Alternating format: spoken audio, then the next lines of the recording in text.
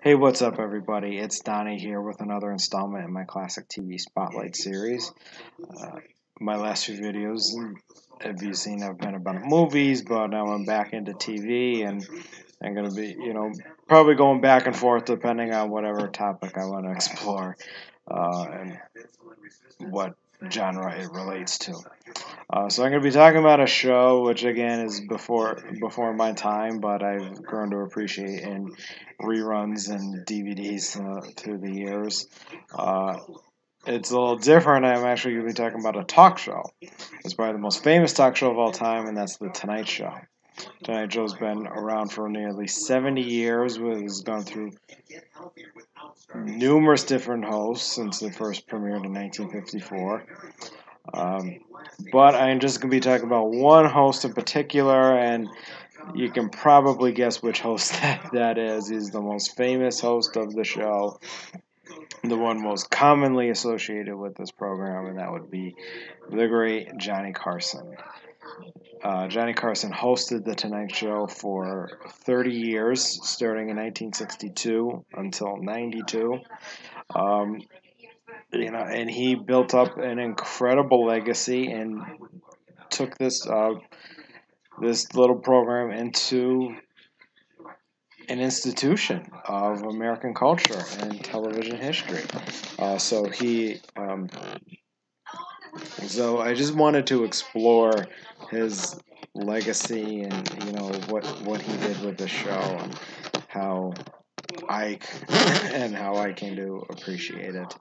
Um, you know, the show was just incredibly funny. He had so many like running jokes and skits and whatnot. Probably the most famous would be Karnak the Magnificent, where he would come out in this big getup with the huge hats, and he would play the fortune teller, and he would hold the envelope up to his head, and reveal the answer to the question. Then he would open up the envelope and reveal what the question was, and it was usually and it was something usually funny, like a play on words or pun or something.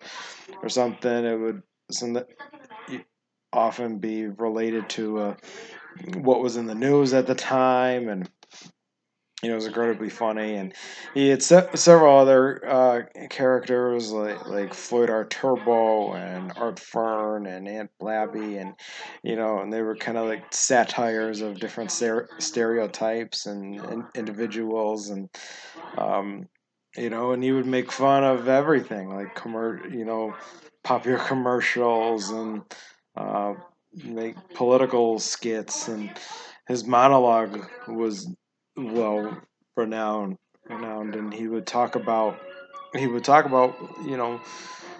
what was going on in the world today. He would talk about political leaders and the president, and um, current events of the time. So it's very interesting that as I would watch these, you'd get kind of like a history lesson, like and he hosted it through several um, controversial events.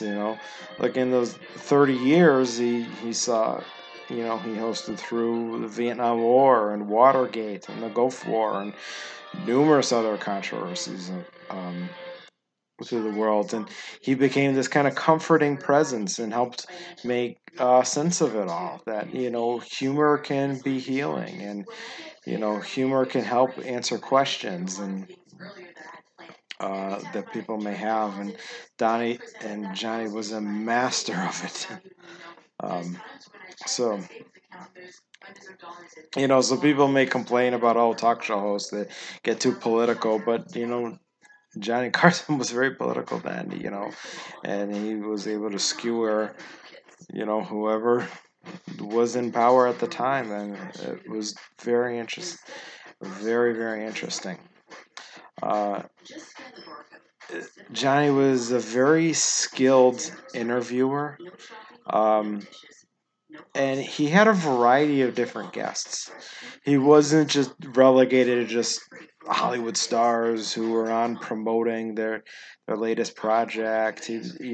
he would also have several like kind of intellectual guests, if you want to call them like authors or a professor or something, or someone who worked in a field that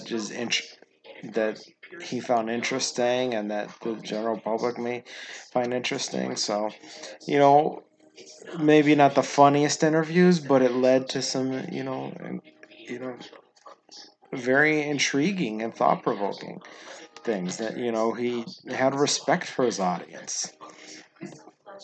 So and it was great how he was able to cater um, the interview to the guest because because with someone who maybe was like an author or an athlete who's not used to public speaking as opposed to an actor or comedian, uh, he'd be able to bring something out of them, and he'd be able to like take control of the interview and bring them along for the ride, and make them feel comfortable.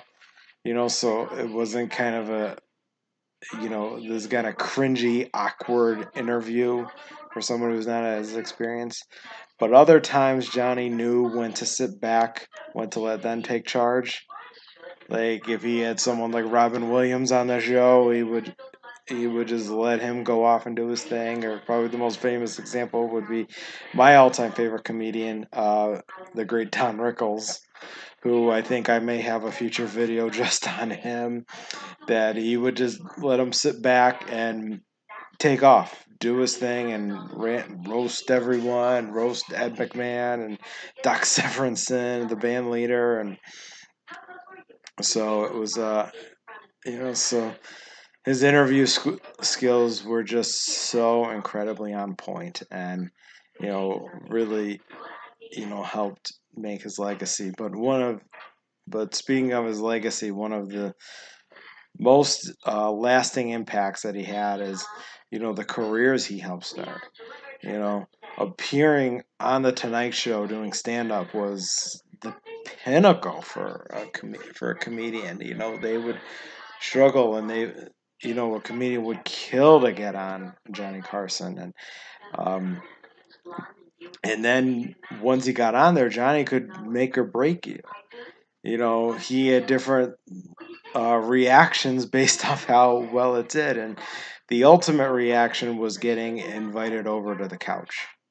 If he really enjoyed it, if he really thought it was an excellent stand-up set, he would do a little, come over, and they'd sit down and they'd have a brief little interview before the commercial break, and and that was the ultimate compliment.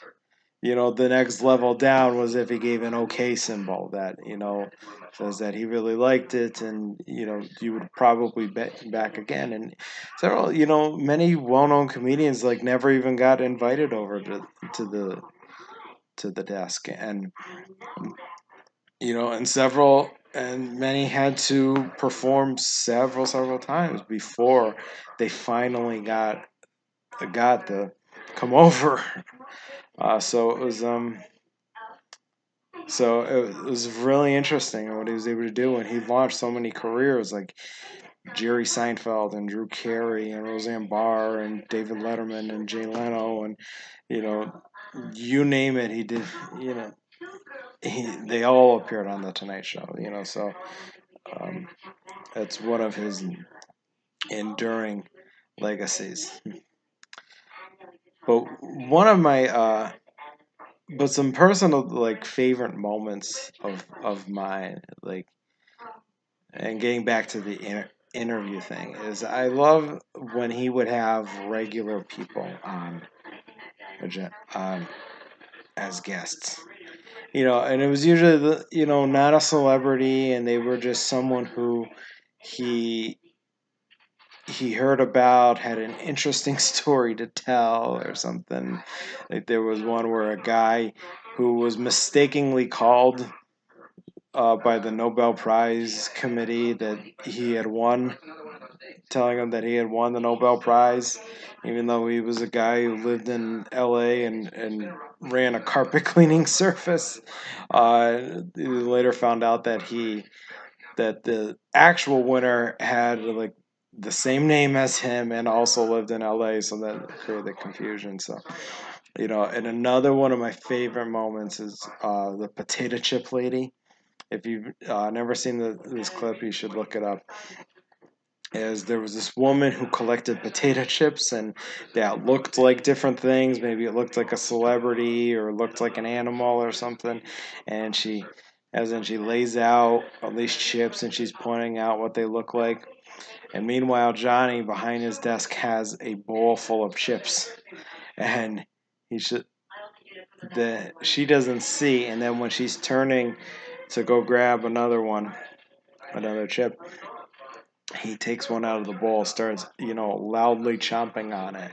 And she kind of like is startled and jumps and she's mortified until he points out that it was from his bowl, and then she's all relieved. And it's such a simple little joke but so incredibly funny. um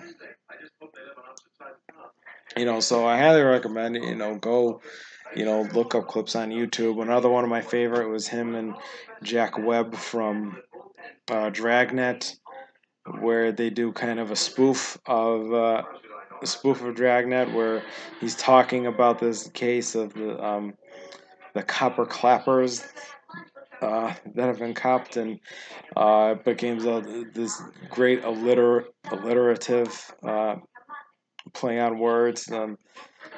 As they go back and forth with it, it's just so it's brilliant writing and just incredibly funny. Um, and also, episodes of Johnny Carson are on Antenna TV every weeknight. So check them out. Um, and I have there's also numerous DVDs of his um, of like the greatest moments. Or I have two DVDs. One is of the greatest moments, and the other one is like actual full episodes of it. That so check them out if you're want to appreciate the skills of Johnny Carson.